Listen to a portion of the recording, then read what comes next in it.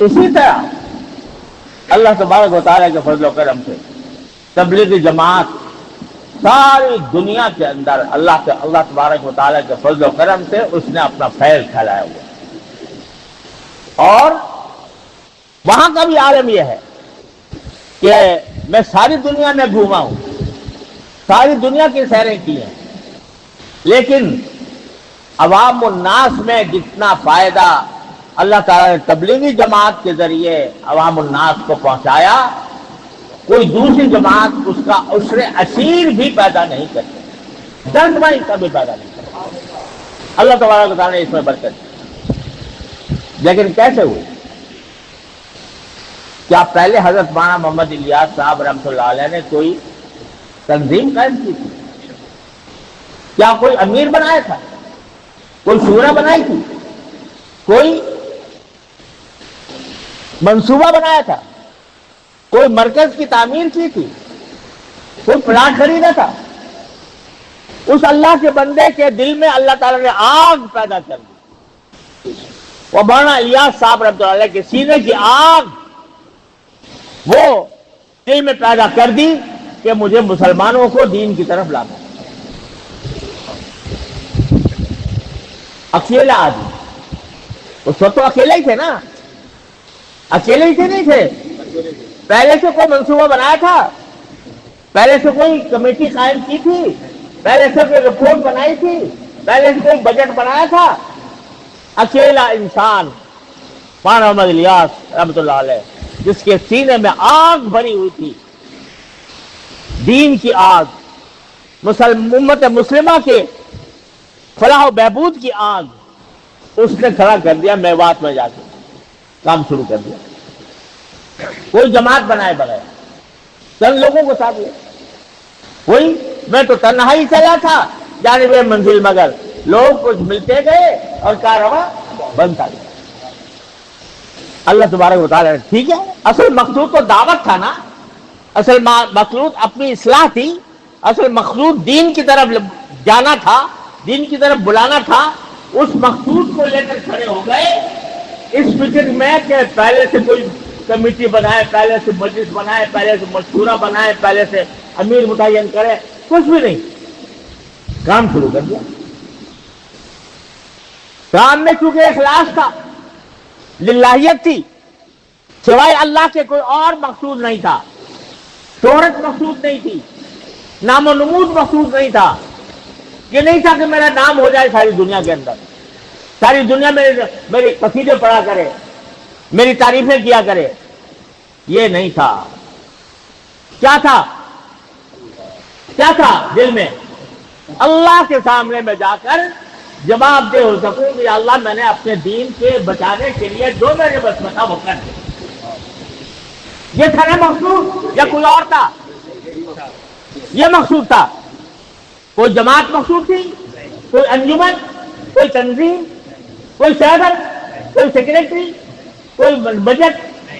کچھ نہیں، اکیلے کھڑے ہو گئے۔ لیکن عملاً ہوتا یہ ہے کہ بعد میں امیر بھی بنا دیا جاتا ہے، تو سیکریٹری بھی ہو جاتے ہیں، شورا بھی بن جاتی ہے، ٹھیک ہے، لیکن وہ مقصود نہیں، یہ تنظیم مقصود نہیں ہے۔ جیسے میں نے آپ کو بتایا کہ صحابہ کرام کو جمع کر لیا رسول اللہ صلی اللہ علیہ وسلم نے، کوئی تنظیم قائم نہیں فرمائی۔ دارالعلوم دیوبند شروع ہو گیا استاد شاگرد سے، کوئی باقاعدہ تنظیم نہیں بنی، لیکن بڑھتا چلا گیا، تو مقصود اصلی حاصل ہے۔ اب جب یہ بن گئی تو بسا اوقات ہوتا کیا ہے، جو خرابی جہاں سے پیدا ہوتی ہے وہ یہاں سے پیدا ہوتی ہے کہ تنظیم کو مقصد بنا لیا جاتا ہے۔ مقصد تھا کام، اللہ کا دین، اللہ کی رضا، اخلاص کے ساتھ، مقصد وہ تھا۔ بعد میں تنظیم مقصد بن گئی، جو میری تنظیم میں ہے وہ میرا ہے، جو میری تنظیم سے باہر ہے وہ میرا نہیں ہے، یہ فتنہ پیدا ہو گیا۔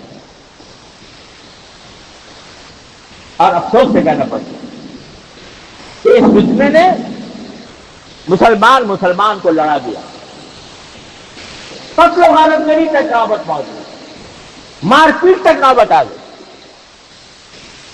بنگلہ دیش میں جو واقعہ پیش آیا، خون کے آنسو انسان روتا ہے اس کو۔ وہ جماعت حضرت مولانا محمد الیاس صاحب رحمۃ اللہ علیہ اگر آج حیات ہوتے تو خون کے آنسو روتے اس واقعے کے اوپر جو پیش آیا۔ انہوں نے تو کوئی نہ ان کو امارت کی خواہش تھی، نہ ان کو شورا کی خواہش تھی، نہ ان کو کسی اور تنظیم کی خواہش تھی، وہ کام لے کر آئے۔ اگر تنظیمیں بٹ گئی، تنظیم بٹ گئی، بٹنے دو۔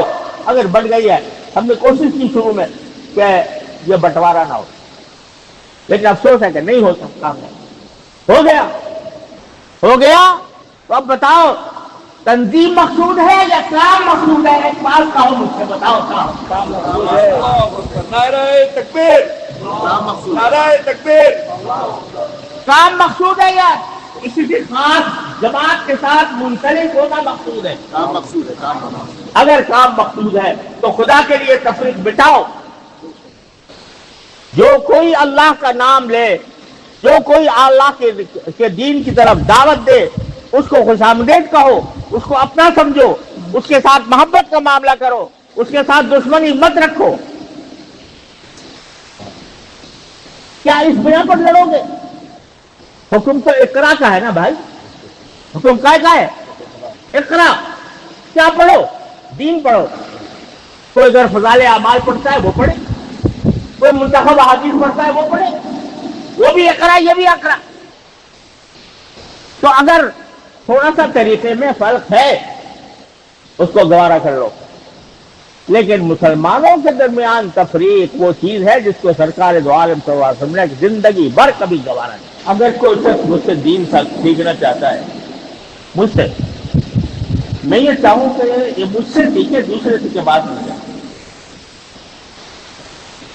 میں یہ چاہوں کہ مولانا عارف بھائی، ان کے پاس 2-4 آدمی آتے ہیں دین سیکھنے کے لیے، میں کہتا ہوں یار دین کو یہاں سے تو میرے پاس ہے،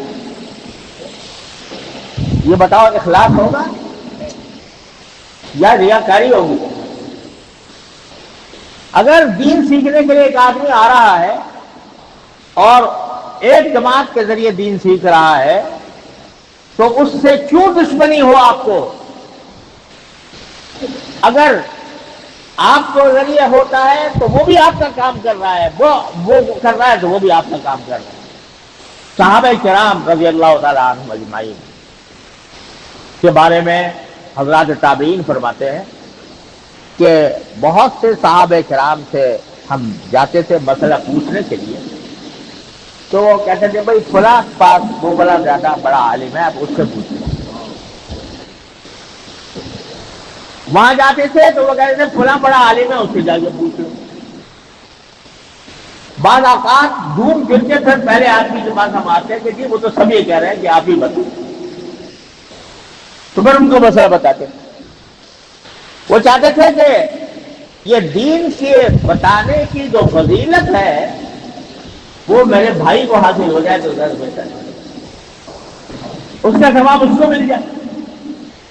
اس کے آج دنیا بن گئی ہے کریڈٹ کی، کریڈٹ لینا ہے، تیرا کس کے آپ ہے، کس کے سر بندے، کس کا نام لیا جائے کہ اس نے بہت بڑا کارنامہ انجام دے دیا۔ میں قسم سے کہتا ہوں کہ اگر حضرت مولانا محمد الیاس صاحب رحمۃ اللہ علیہ کے حاشیے خیال میں یہ بات گزری ہوتی کہ میرا نام ہو جائے دنیا میں کہ اس نے دنیا میں دعوت دین کا بیڑا اٹھایا، تو ہرگز وہ دعوت میں شروع نہ کرتے۔ ان کے دل میں صرف اخلاص تھا، صرف للہیت تھی، صرف یہ کام تھا کہ اللہ تبارک کے دین کو کوئی فائدہ پہنچ جائے۔ آج ہم اس فکر میں پڑ گئے کہ جو ہماری پسندیدہ تنظیم ہے اس میں آتا ہے وہ میرا ہے، دوسری تنظیم میں جاتا ہے وہ میرا نہیں ہے، وہ دشمن ہے میرا، وہ مخالف ہے، ضرورت پڑی تو لڑوں گا اس سے، ہاتھ پائی بھی کروں گا۔